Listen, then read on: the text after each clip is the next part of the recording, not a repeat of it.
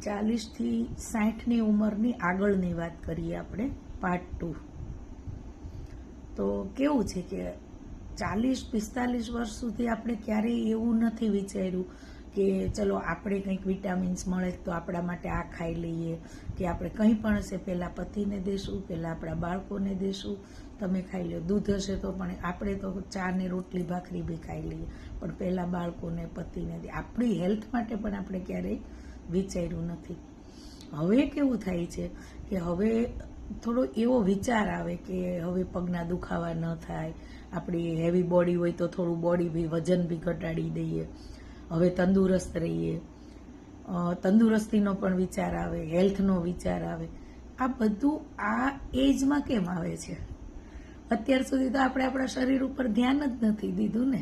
આપણે તો ફેમિલીમાં બેસ્ટ વહુ, બેસ્ટ વ્યક્તિ બનવા આપણે હંમેશા રહ્યા, માં બેસ્ટ બનવા રહ્યા છીએ, પત્ની બેસ્ટ, સારામાં સારી પત્ની બનવું છે, સારામાં સારી માં બનવું છે, કુટુંબમાં સારી વહુ બનીને રહેવું છે.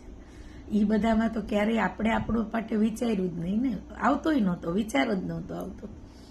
તો હવે કેમ આવો વિચાર આવે છે કે ચાલો હવે આપણા પોતાના તરફ જ ધ્યાન ખેંચાય છે? આ ઉંમર એવી છે કે આમાં આપણને બીપી ના આવે, ડાયાબિટીસ ના આવે એવું ખાવાનું, આપણું વેઇટ વધારે હોય તો ઉતારવા માટે આપણે એની માટે બી કરીએ. પછી પહેલી પ્રાયોરિટી બી થોડી ઘણી અમુક વસ્તુમાં આપણામાં આપવા મળીએ છીએ. કંઈ હોય તો ફ્રૂટ્સ હોય તો પણ આપણે ખાશું, આપણા વિટામિન્સનો વિચાર આવે. પહેલાં કેવું હતું કે બધું જ બાળકોને પતિને ખવડાવી, આપણા માટે વધારતા જ નહીં, કંઈ વધારે. બપોરની રોટલી ઠંડી પડી હોય તો આપણે સાંજે ખાઈ જઈશું, પણ બાળકોને ને પતિદેવને ગરમા ગરમ જ દેશું, કારણ કે આપણે એમની ચિંતા કરતા હોઈએ ને એના માટે. આપણને એ રોટલી ઠંડી નડશે કે નુકસાન કરશે એવો વિચાર સુદ્ધા ના આવે ને, એવું હતું. હવે કેમ આવે છે કે હવે થોડું વિચાર આવે કે ભાઈ આ ખાવાથી મારું બોડી વધી જશે, મને પગનો દુખાવો ન થાય એટલે હું આ વસ્તુ ખાઈ લઉં, સવારમાં મેથી ખાઈએ, સવારમાં કડવું કંઈક પીવાનું. આ બધું આટલા વર્ષ તો યાદ નહોતું આવતું, હવે આવે છે.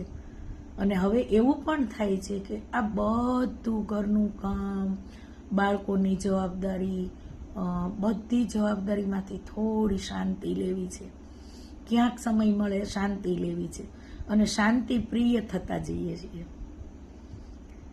એ એક વિચારવા જેવું છે કે આ ઉંમરે હવે કેમ આવા વિચારો આવે છે. આ તો મેં મારા મનમાં જે વિચાર આવ્યા એ તમારી સાથે શેર કર્યા છે. તમે પણ વિચારજો કે મારી આ એજમાં કોઈ હોય તો આવે છે આવા વિચાર? કમેન્ટ કરો.